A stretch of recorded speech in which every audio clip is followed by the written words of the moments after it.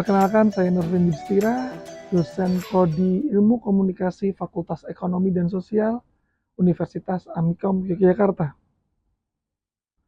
Salah satu mata kuliah yang saya ampu adalah mata kuliah Produksi Iklan Audio Visual sesuai dengan minat kajian saya, yaitu Manajemen Komunikasi. Mata kuliah ini diperuntukkan untuk mahasiswa semester 4 dengan bobot pengajaran sebanyak 4 SKS. Saya akan menyampaikan, mendeskripsikan mengenai mata kuliah produksi iklan audio visual. Mata kuliah produksi iklan audio visual adalah mata kuliah wajib di mana mata kuliah ini berfokus pada kemampuan berpikir ilmiah, riset, menganalisa, mengkonsep, mempresentasikan, dan memproduksi sebuah karya pada dunia periklanan dan industri media seiring dengan perkembangan teknologi. Mata kuliah produksi iklan audiovisual merupakan kemampuan ilmu komunikasi yang wajib dipahami, dimengerti, dan diimplementasikan oleh mahasiswa. Terdapat beberapa capaian pembelajaran mata kuliah produksi iklan audiovisual.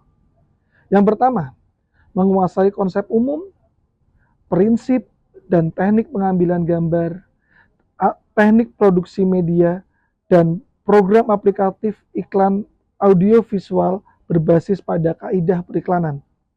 Yang kedua, mampu memproduksi karya media atau produk iklan berupa copywriting, visualisasi, dan editing dalam bentuk media audiovisual yang tidak memberikan dampak atau yang dapat menimbulkan keresahan halayak karena bertentangan dengan norma hukum, norma sosial, dan etika yang berlaku.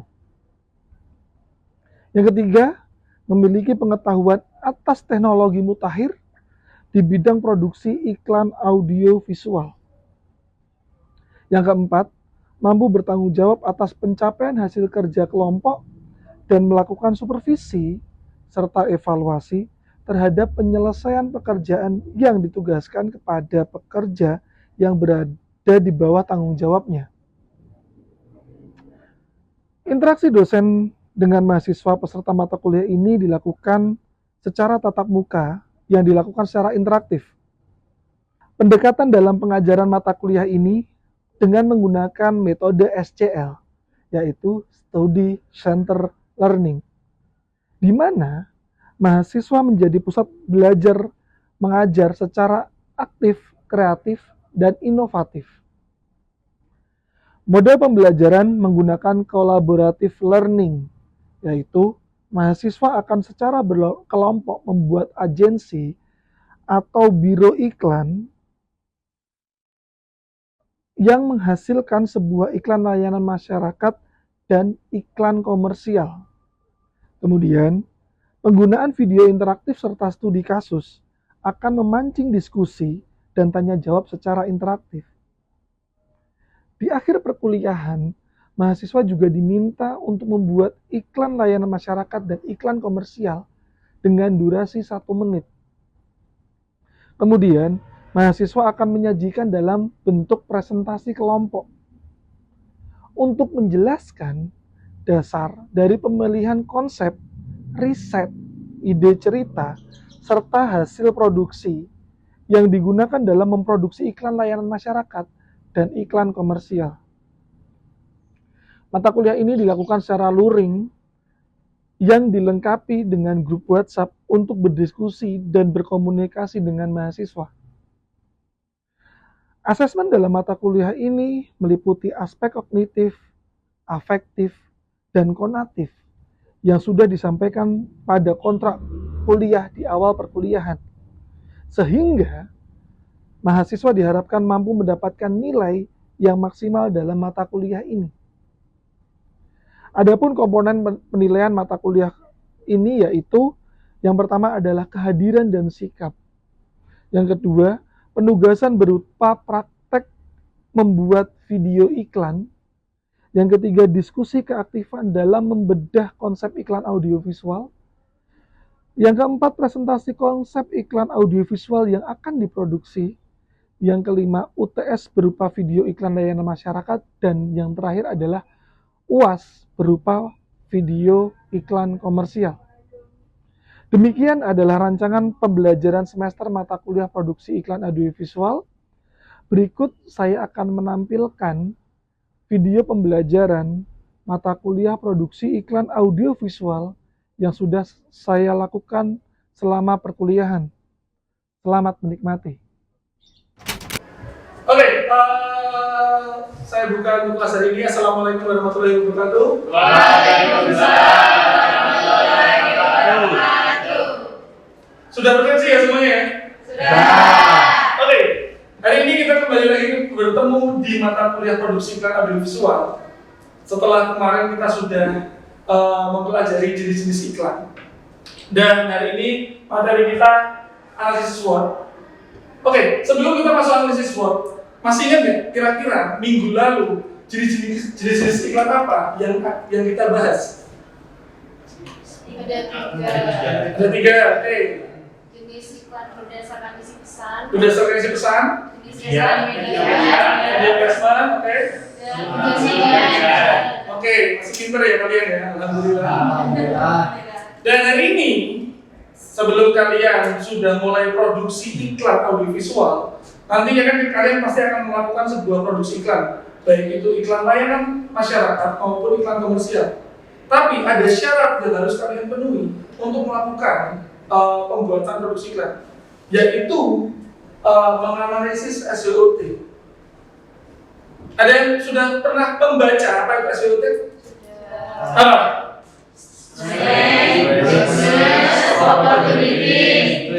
Oke, betul sekali. SWOT kita membahas bagaimana kekuatan, kelemahan, peluang dan ancaman. Mari kita bahas lebih dalam lagi supaya kalian bisa menganalisis produk atau iklan layanan masyarakat yang akan kalian produksi.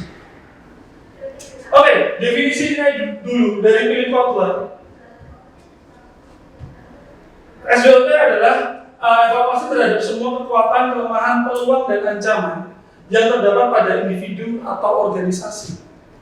Menurut Ferdinand Putih, usaha yang dilakukan berdasarkan logika yang dapat memaksimalkan kekuatan dan peluang, dan pada saat yang sama dapat meminimalisir kelemahan dan ancaman. Ingat, di saat kita ibarat kalian pengen membuka sebuah usaha, pengen membuka sebuah bisnis, pasti kalian tahu dulu apa yang menjadi kekuatan produk kalian, apa yang menjadi kekuatan jasa kalian. Kita di komunikasi, kita dididik untuk menjadi wirausahawan. Mungkin di sini ada yang lagi merintis bikin production house, lagi merintis bikin bisnis, entah itu bisnis kaos, fashion, baju, makanan, UMKM dan semacamnya. Kita harus tahu dulu apa kekuatan kita. Nah, sebelum kita masuk ke materi, saya kasih contoh dulu iklan yang dibuat oleh Rinso. Silakan kalian tonton dulu dan bagaimana kalian bisa menangkap apa yang menjadi kekuatan dari produk tersebut. Sorry.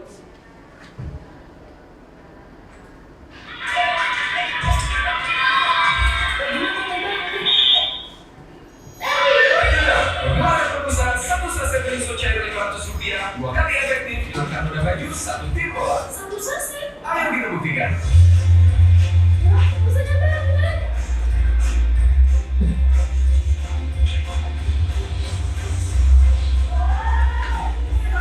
Satu saset Rinso cair Rp500, 2 kali bisanya, 2 kali efektifnya. Oke, pernah lihat iklan ini? Ini adalah iklan Rinso. Apa yang menjadi apa yang di-highlight paling utama dalam iklan tersebut? Satu saset bisa 500 perak bisa untuk 27. 500 perak. 500 sama dengan 11 baju. Kita bedah dulu. Saat kita bicara 500, ini mahal atau murah? Murah. 11 baju itu banyak atau sedikit? Banyak.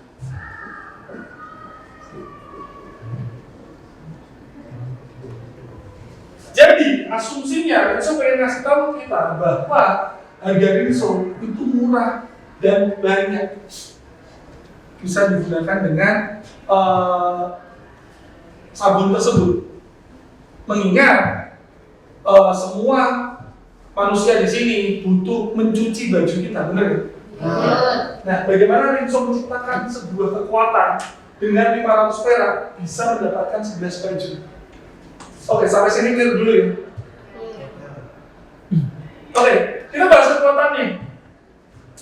Kekuatan mengacu pada berbagai faktor internal yang mendukung produk untuk mencapai tujuannya. Bicara rinso, harga satu saset kecil hanya 500. 500, sekarang parkir 2000. Berarti kalau parkir 2000 dapat 4 saset. Asumsinya berarti bisa mencuci 44 baju dengan modal Rp2.000. Busanya lebih banyak. Ibu-ibu di sini atau calon ibu-ibu, ini bapak-bapak kayaknya nggak peduli dengan cuci. Calon ibu-ibu, kalau nyuci baju nggak ada busanya pasti ada yang kurang. Ibarat bapak-bapak kalau sampoan nggak ada busanya ada yang kurang. Benar nggak? Pernah nggak sampoan nggak ada busanya? Biasanya habis sembilan atau rambutnya terlalu kotor, atau biasanya habis dari diet. Kondisioner. Nggak, saya nggak yakin nggak ada yang pakai kondisioner. Muka-muka kalian kayaknya nggak ada. Pang. Busanya lebih banyak, busanya 2 kali lebih efektif satu saset untuk satu tim bola. Jelas, ini adalah penawaran yang sangat baik untuk rinso, di mana ibu-ibu suka harga murah. Itu kekuatan, jelas. Bagaimana itu menjadi andalannya. Kemudian kita bicara kelemahan.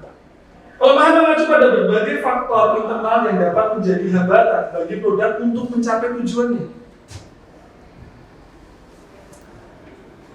Kelemahan di sini, noda dapat hilang jika baju langsung dicuci.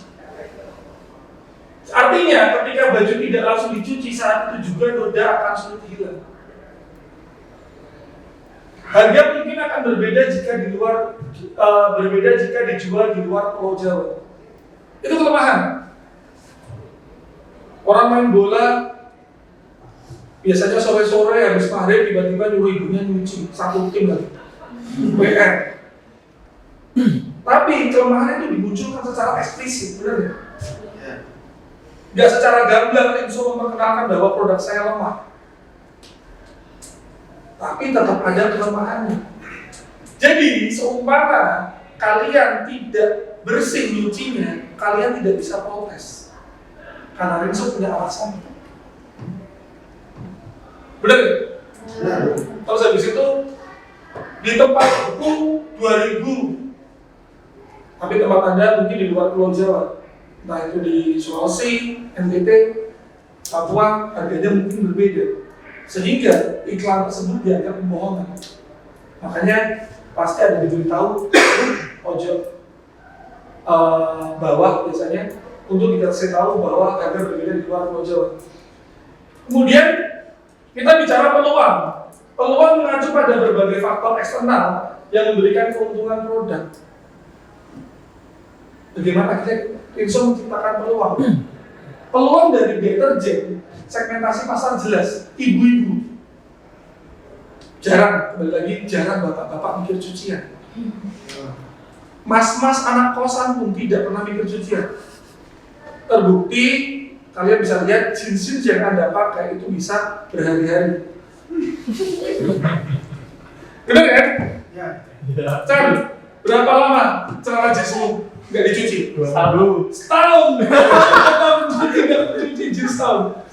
Wah, itu darahku biru. Komunitas denim itu.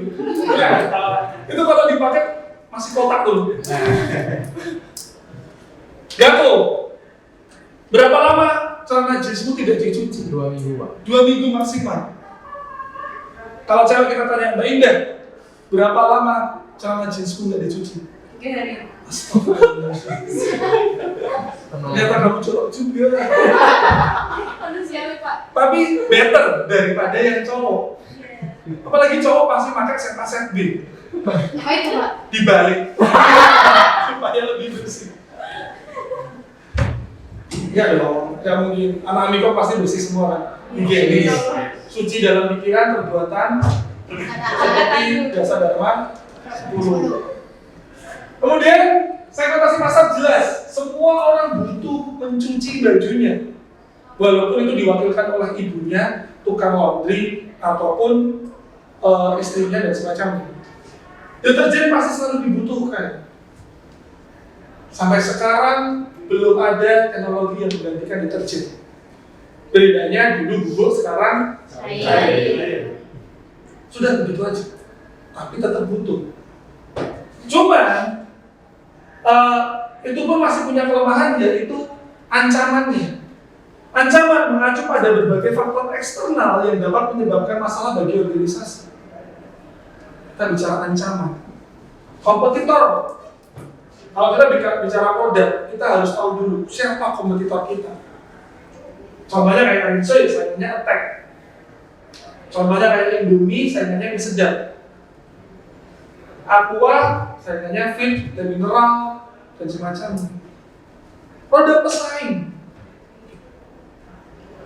Makanya kalau kita bicara Aqua, di saat dia sudah bicara bagaimana Aqua membuat fokus konsumennya, Le Mineral berbicara bagaimana air putih ada manis-manisnya. Setiap produk punya pembeda. Nah, kita harus punya kekuatan tersebut untuk menciptakan diferensiasi dari produknya. Kemudian ancaman lingkungan. Musuhnya deterjen adalah orang yang peduli dengan lingkungan. Limbah yang dihasilkan deterjen. Ingat, busa yang banyak itu menghasilkan sesuatu yang tidak baik untuk struktur tanah. Limbah yang dihasilkan oleh sampah plastik, Rinso menggunakan plastik, Indomie menggunakan plastik. Kalian buang plastiknya di mana-mana, apalagi Jogja darurat sampah. Keringnya sumber mata air karena eksploitasi air oleh produk air mineral. Bagaimana air mineral bersih dikelola oleh perusahaan Aqua, Le Mineral dan semacamnya. Nah, ini menimbulkan ancaman. Bagaimana akhirnya perusahaan harus tahu ancamannya sehingga dia bisa menciptakan solusinya. Setiap ancaman solusinya berbeda. Oke, nah kita bicara SWOT secara bagan.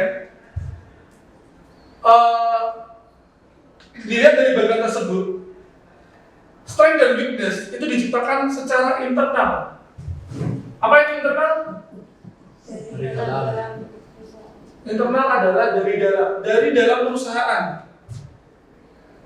Bagaimana yang menciptakan kekuatan dan kelemahan itu perusahaan itu sendiri, bukan orang lain. Eksternal, opportunities dan threat itu dari luar.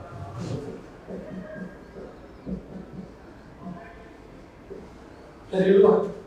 Peluang dan ancaman itu dari luar. Gak mungkin perusahaan merasa karyawannya adalah ancaman, benar? Karena ancaman masih dari luar. Nah, strength dan opportunity itu masuk kategori positif, negatifnya weakness dan threat. Bedanya weakness masuk ke dalam kelemahan internal, threat termasuk ancaman dari luar. Nah, kita sebagai orang komunikasi harus bisa memetakan mana yang harus kita naikkan, mana yang harus kita selesaikan. Dari weakness-nya atau dari ancamannya. Oke. Kalau dilihat dari Rinso yang tadi kita bahas sesuai iklan, kita sudah bisa memetakan secara gambar tersebut. Kekuatannya adalah harga satu saset 500, misalnya banyak, bakal lebih efektif dan bisa mencuci satu tim bola. Kalau bahannya udah dapat hilang jika baju langsung dicuci, harga dapat berbeda jika dijual di luar Pulau Jawa. Opportunity-nya, segmentasi pasar jelas, deterjen akan selalu dibutuhkan, ancamannya limbah yang dihasilkan, sama bungkus deterjen dari plastik. Nah, seorang komunikasi harus bisa membuat diagram ini, sehingga kalian bisa mencari solusi di negatifnya. Kalau weakness-nya noda dapat hilang jika baju langsung dicuci, berarti kelemahan. Harusnya noda tetap bisa hilang walaupun baju tidak langsung dicuci. Nah, hal itu bisa dijadikan bahan evaluasi untuk riset and development-nya, supaya tim riset and development-nya bisa membuat produk lebih baik lagi. Kemudian ancaman limbah yang dihasilkan deterjen merusak lingkungan, itu juga sama. Bagaimana akhirnya tim peneliti atau riset and development bisa menciptakan produk yang ramah lingkungan, walaupun prosesnya panjang. Tapi minimal mereka tahu apa yang menjadi kekurangan dari produk tersebut. Oke, dari sini ada yang mau tanyakan dulu? Oke, gimana Chan? Bisa diberi contoh lain produk selain Rinso, Pak? Oke, contoh lain produk seperti Rinso. Oke, kita bicara kalian kalau akhir bulan makan apa? Mie. Di sini mana yang tim Indomie angkat tangan? Indomie ya? Oke, yang mie sedap angkat tangan. Oke, tim mie sedap. Atau ada lagi tim mie sukses yang mie-nya 2 karena porsinya lebih banyak. Ada? Tetap ya, kuantitas lebih banyak. Lebih banyak kualitas. Karena Indomie termasuk sebuah makanan yang enak tapi sedikit ya porsinya. Kalau kita bicara kekuatan, apa kekuatan Indomie? Harganya selera tagline ya. Harganya murah, terjangkau, Mudah dicari sih Pak. mudah dicari. Rasanya Banyak. rasanya enak atau sedap aja? Enak Pak. Ada yang bilang rasa Indomie sedap. Biasa aja, biasa aja. Biasa aja. Saya tim sedap. Enak. Lebih enak dari mie sedap. Lebih banyak. Enggak terlalu busuk. Masuk dan semacamnya. Terus kemudian apa lagi kekuatannya? Enggak terlalu banyak. Cara membuatnya mudah. Tapi ada kelemahannya. Apa kelemahannya? Sedikit. Porsinya sedikit. Terus habis itu membuat Penyakit. ini yang dikit buat ganjel doang. Atau apa lagi? Bumbunya terlalu kuat, atau ada beberapa yang akhirnya memakan Indomie terasa enak atau semacamnya. Terus kadang minyaknya hilang. Iya, betul. Kalian pernah nggak sih kalau makan Indomie minyaknya hilang? Iya. Terus kemudian rasa di burjo lebih enak. Iya. Iya benar. Soalnya dibikinin ya. Iya. Itu kelemahan. Nah, bagaimana akhirnya Indomie juga punya kelemahan? Terus kemudian opportunity. Peluangnya, bagaimana peluangnya Indomie? Mudah dicari. Sangat besar. Kenapa? Karena masyarakat Indonesia suka mie instan. Nggak cuma masyarakat Indonesia, negara lain pun juga suka dengan mie instan. Peluangnya sangat besar. Kita bisa tahu akhirnya Indomie juga bisa mendunia. Walaupun Indomie punya peluang besar untuk menciptakan rasa yang berbeda juga. Ada mie Aceh, mie ongklok, mie rendang, mie rawon, mie pedas, mie jalapeno, atau mie apa ya? Oh beda lagi ya? Mie gaga. Indomie nggak ada jalapeno ya? Kamu nggak pernah makan. Katanya kamu bisa sedang. Kamu paling serba soal Indomie. Jadi kamu suka mau Indomie? Mie gaga. Oh mie gaga. Mie gaga itu paling enak dimakan habis renang. Iya. Iya kan? Betul. Tapi kita menciptakan peluang kan? Dengan berbagai rasa supaya masyarakat juga nggak bosan. Juga bisa menciptakan peluang dengan mengangkat makanan-makanan dari asli Indonesia.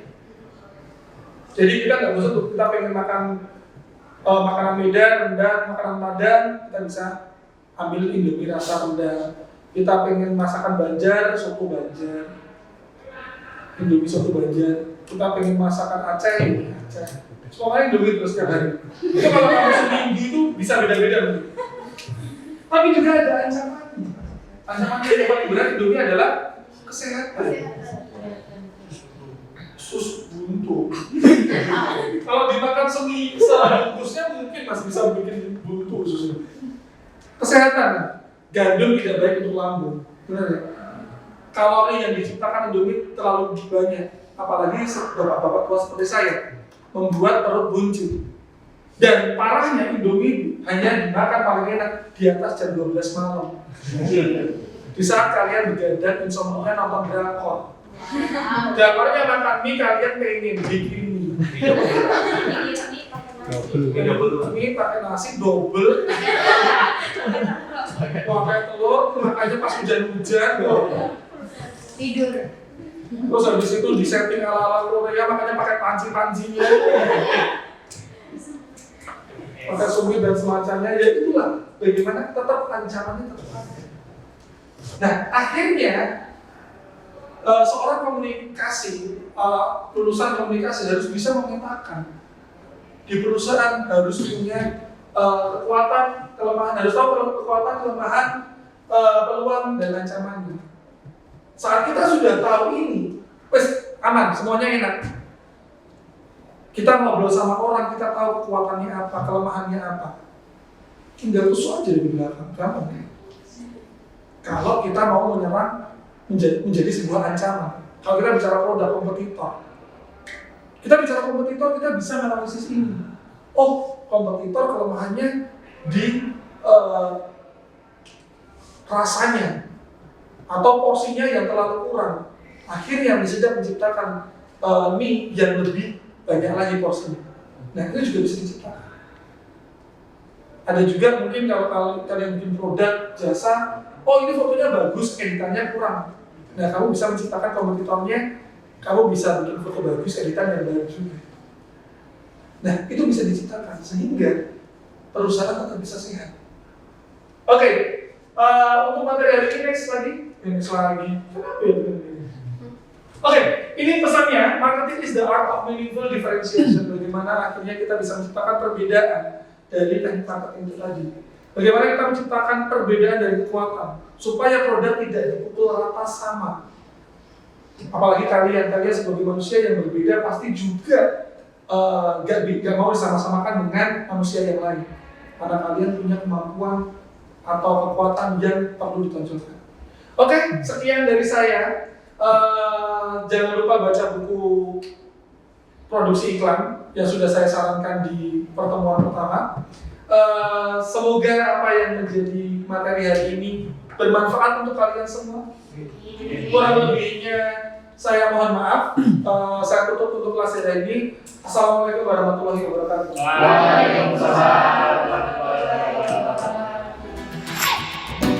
Baik, berikut adalah cuplikan praktik pembelajaran saya. Atas perhatiannya, saya ucapkan terima kasih. Assalamualaikum warahmatullahi wabarakatuh.